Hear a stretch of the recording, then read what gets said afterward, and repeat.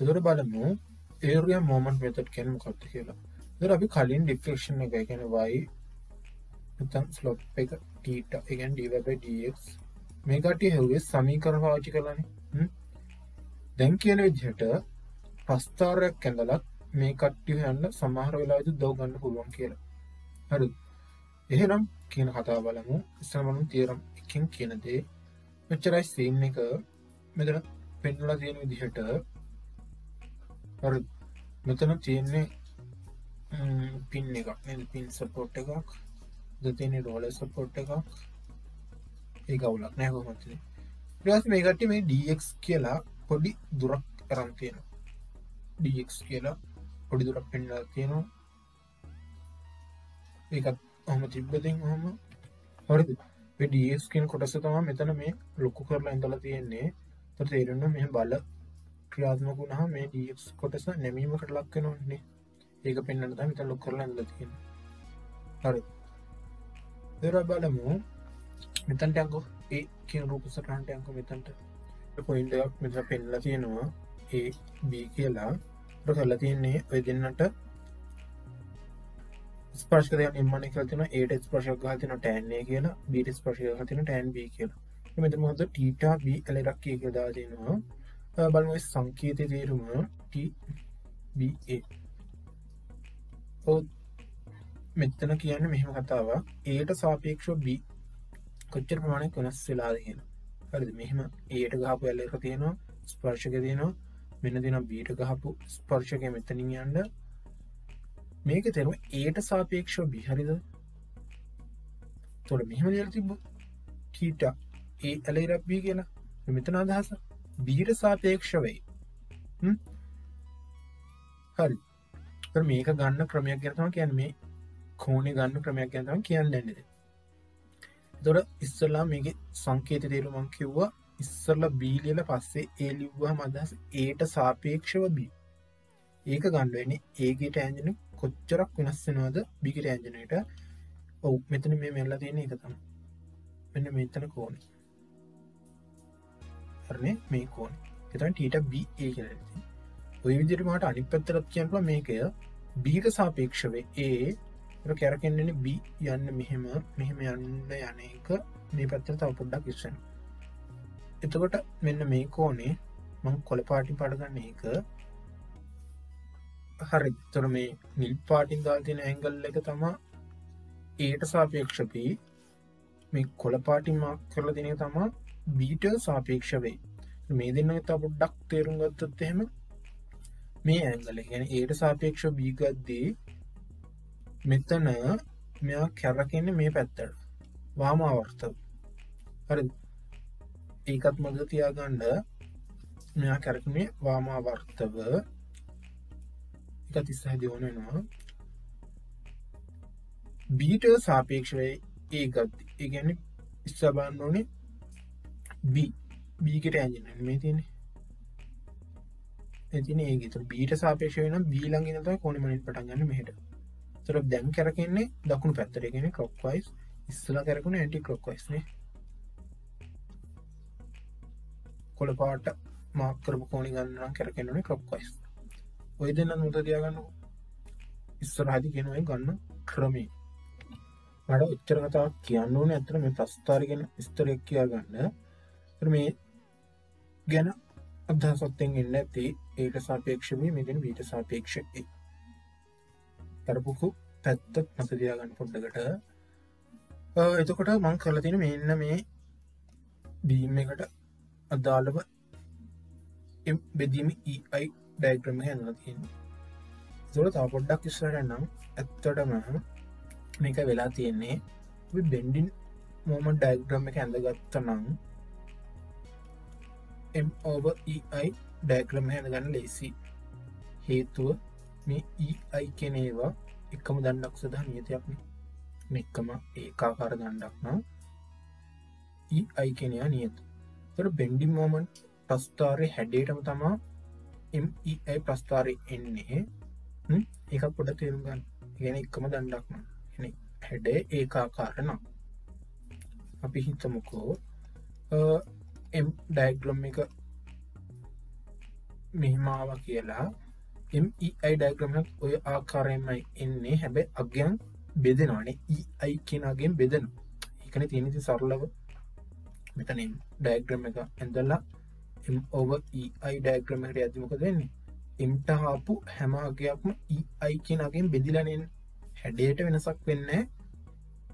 ඔයා සලකන බීම් එක ඒකාකාර නම් ඒකත් තේරුම් ගන්න. ඊට පස්සේ කතා කරපු තැනට යන්නම්කෝ.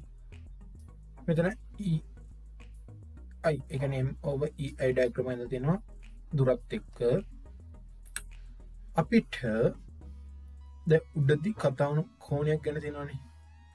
මොකක්ද? θ a ට සාපේක්ෂව b කෝණي ඕනේ නම් කරන්න කියන්නේ මෙච්චරයි.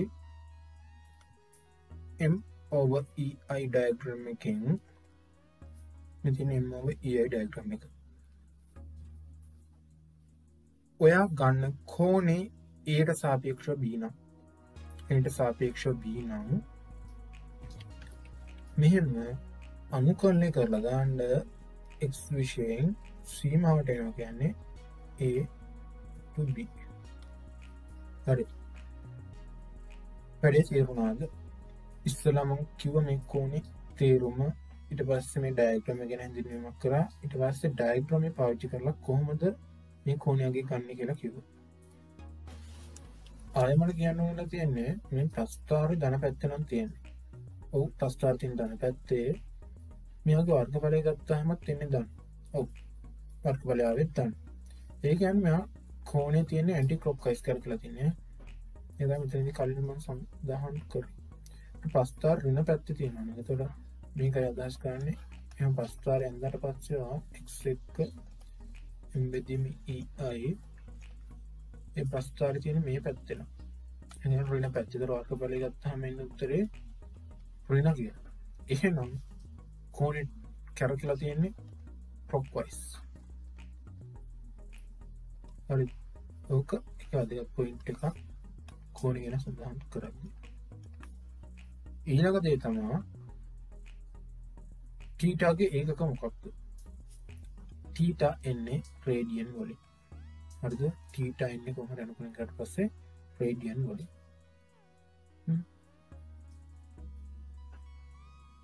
හරිනේ.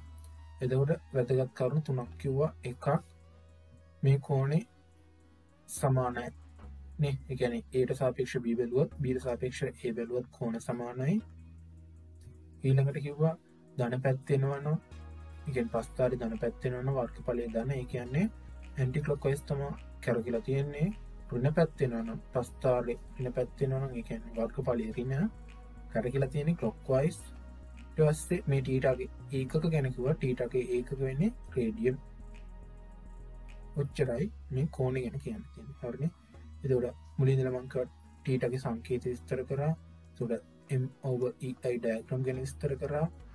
මේ ඩයග්‍රෑම් එක පාවිච්චි කරලා θ හොයන්නේ කොහොමද කියලා කිව්වා. එතකොට θගේ තියෙන වැදගත් ලක්ෂණ ටික කිව්වා. හරි. එහෙනම් අපි දෙවෙනියට වැදගත් වෙන දේ කතා කරමු.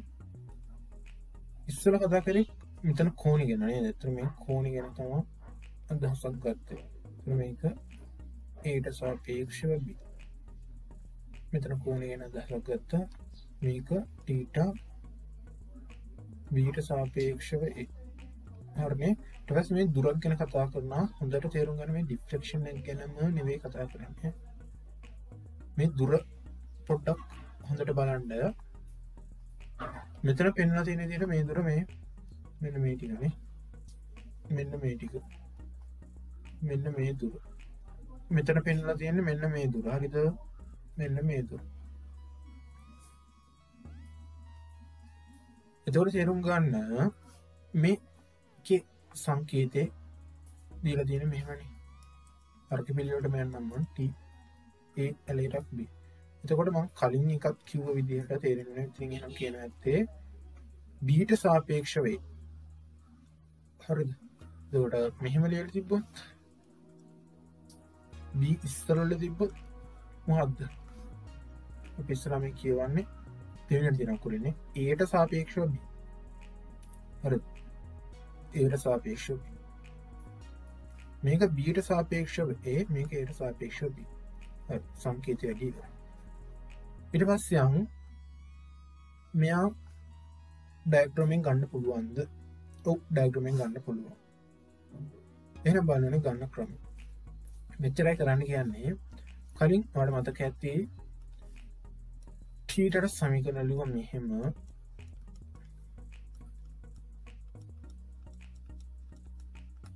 A ඉඳලා B ට. ඒත් අපි එතනදි කිව්වා අනුකලනයක් කියන ඉතින් වර්ග බලය ගත්තා නම් හරි කියලා කතා කරා. හරි. එතන මේ ප්‍රස්තාරය පාවිච්චි කරලා මෙයා හොයන්න පුළුවන්. T B ට සාපේක්ෂව A. මේක හොයන්න කියන්නේ කලින් සමීකරණයම මම ලියාගමු අපි m බෙදන්න E ගෙන් අනුකරණය කරන්න සීමාවට දාගන්න A ඉඳලා B ට. හරිද? ඊට අනුතරව. දැන් හොයන්න කියන්නේ B ට සාපේක්ෂව වෙන්නේ. එහෙනම් m over E ප්‍රස්තාරයට යන්න කිය. B ට සාපේක්ෂව E හොයද්දී මෙන්න මේ එන උත්තරේ ගුණ කර ගන්න ඕනේ අපි B ට සාපේක්ෂව T අකුර ළඟ ඉන්නේ A.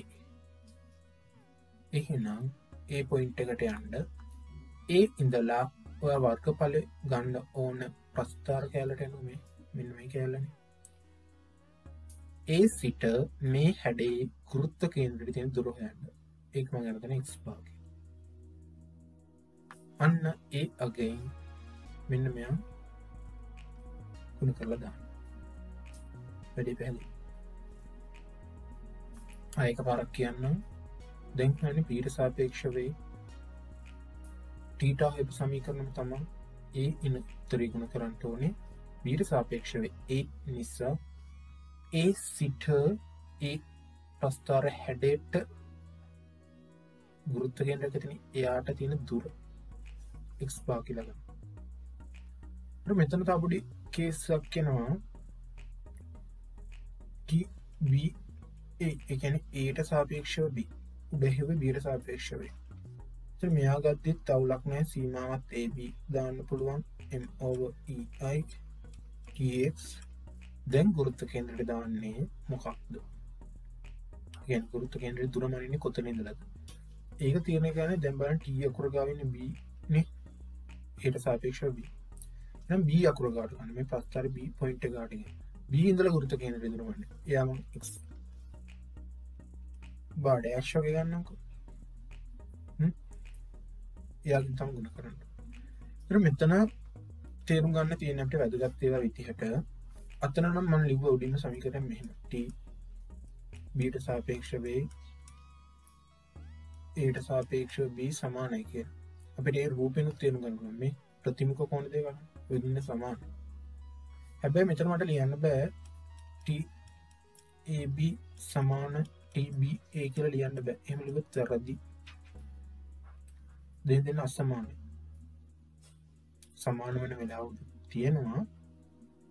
ඒ කියන්නේ ගුරුත්ව කේන්ද්‍රයේ තියෙන දුරවල් දෙක වෙනස් නෙමෙයි මෙතන මේ x බාර් මෙතන මම ගත්තේ ඩෑෂ් එක.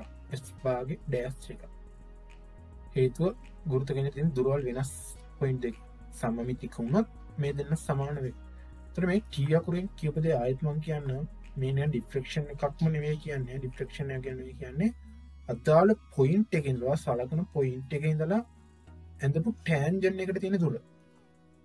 හරි. කියනවා සලකන පොයින්ට් එක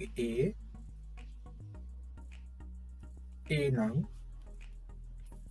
ටැන්ජන්ට් ලයින් B නම් උඩ තියෙන දුර තමයි හොයන්නේ මේ සමීකරණේ. ඒතර මෙයාගේ ඩිෆ්‍රැක්ෂන් එකයි මේකයි සමාන වෙන්නේ නැහැ.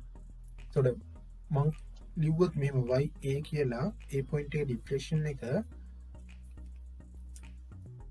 T AB ට සමාන වෙන්නේ මේක සමානයි කියලා කියන්න බෑ මට මෙතන මේ බලන්න ඇයි ඇත්තටම මේ දණ්ඩ තියෙන්න ඇත්තේ මෙහෙමනේ මෙන්න මෙහෙමනේ තියෙන්න ඇත්තේ හරිද ඒතර A පොයින්ට් එකේ ඩිෆ්‍රැක්ෂන් එක කියන්නේ මොකද්ද මෙන්න A පොයින්ට් එක දණ්ඩේ එයාගේ ඩිෆ්‍රැක්ෂන් එක කියන්නේ මෙන්න මේ උස මෙන්න පහත් වෙච්ච උස හැබැයි T A ඇලේර B කියලා ගන්නේ ඒ උස නෙවෙයි අපි හොඳට තේරුම් ගන්න මේක සමානයි කියලා කියන්න බෑ මේ වෙලාවේ හරිනේ ඒක තමයි මෙතනදී කියන්න ඕන වැදගත්තේ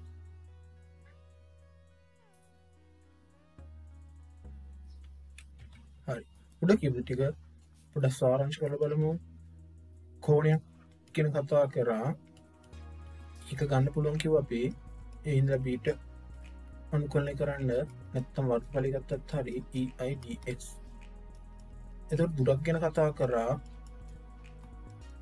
මේක විශේෂත්ව උනේ මේකම තමා ඒ එන උත්තරේ ගුණ කරලා දාන්න දැන් මෙතන A නම් T හොට ළඟ ඉන්නේ එයාගේ ඉඳලා හැඩයට තියෙන වෘත්ත කේන්දරේ තියෙන දුර x dash වගේ ගත්තා ඊට පස්සේ වැදගත් දෙයකට කිව්වේ T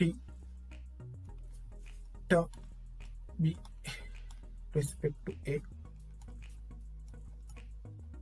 අනිත් පැත්තට යන්න පුළුවන් ඔය දෙන්න සමානයි කිව්වා T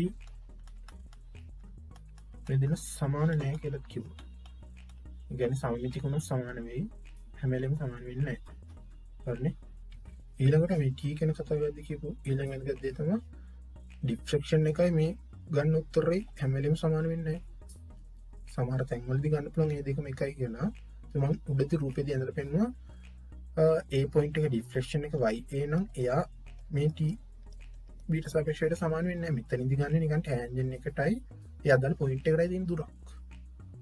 හරිද?